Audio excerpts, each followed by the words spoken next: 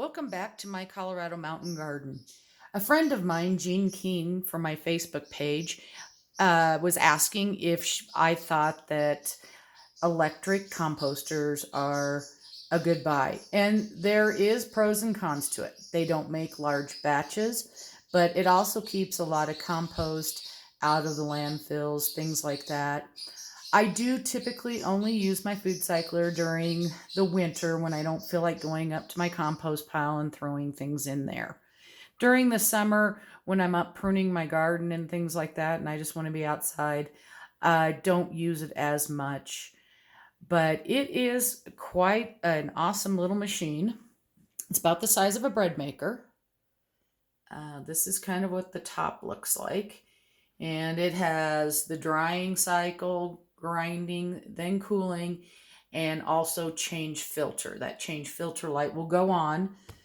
I've only had to change the filter, I think, once since I got it, but I don't use it every single day. Those that use it every single day, they basically say that the filters last for about 3 months.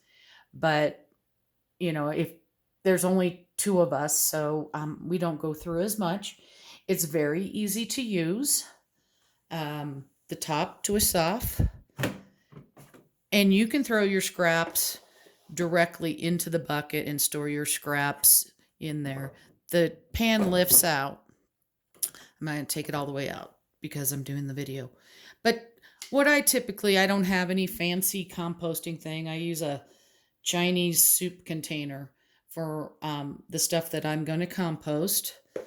And like I said, it's very easy to use. You're going to throw all your scraps in there that you have. And there is a line. Let me pick up the video. You can see this line right here. You can fill it up to that point. I don't have enough to fill it all the way, but I'm going to go ahead and throw in what I have. And I'll process it and then show you tomorrow what it made. I also have some tops from my microgreen garden that I'm going to throw in there. That's pretty much it.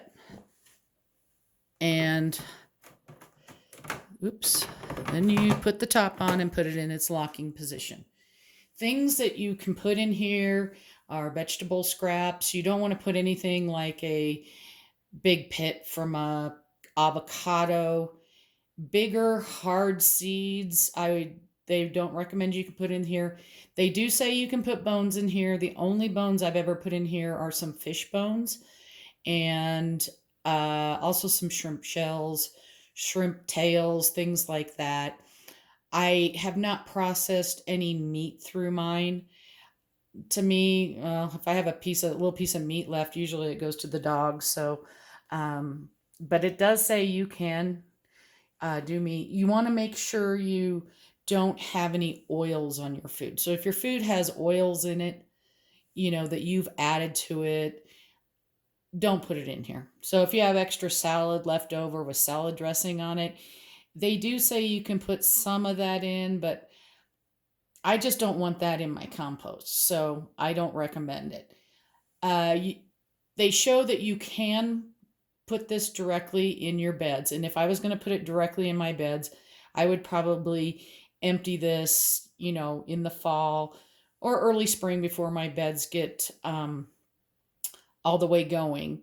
And the reason for that is, to me, it's still kind of a little green. Now that I have my compost pile up and going again, I just throw it in there. But I have in the past, I had a Rubbermaid tub with holes in the bottom because I tried worm farming and they just didn't live through the winter.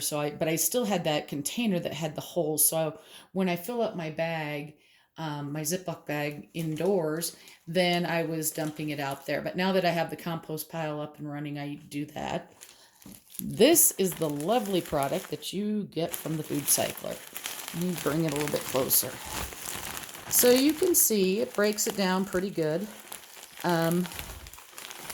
It's not super duper, some pieces are finer.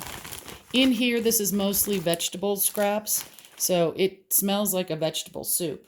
But you can also compost your coffee grounds. Do not compost your coffee filters, or you can put your tea in here, but again, you want to take it out of the tea bag. You don't want to put any sort of paper products or anything like that. But to get it running, it's going to run anywhere from 4 to about 6 hours, and all that will depend on the drying process. So if you have, which is your first one, if you have more wetter vegetables, I guess to put it, something that has a lot more moisture in it, the drying time can take a little bit longer. But again, it's usually about 4 to 6 hours. It's not noisy, so it can run through the night. Although when it is done, it does beep. So, if it's by where you sleep, you might hear the beep, but it's really not annoying at all. I'm going to go ahead and get this started. It's very easy. You press the button once to turn it on. The blue light comes on, and then you press it again, and it starts the process. So you can probably hear it has like just a tiny little whirring noise. Again, nothing, to me, it's not annoying or anything like that. And it'll go through the drying, and then it goes through what it's grinding. It doesn't have any blades inside. It basically just mashes it around with the mechanism in the bottom. And then it cools down, and then it shuts off. So I'll come back tomorrow after this is done, and we'll pour it out on a paper plate so you can see what we made today. Happy gardening!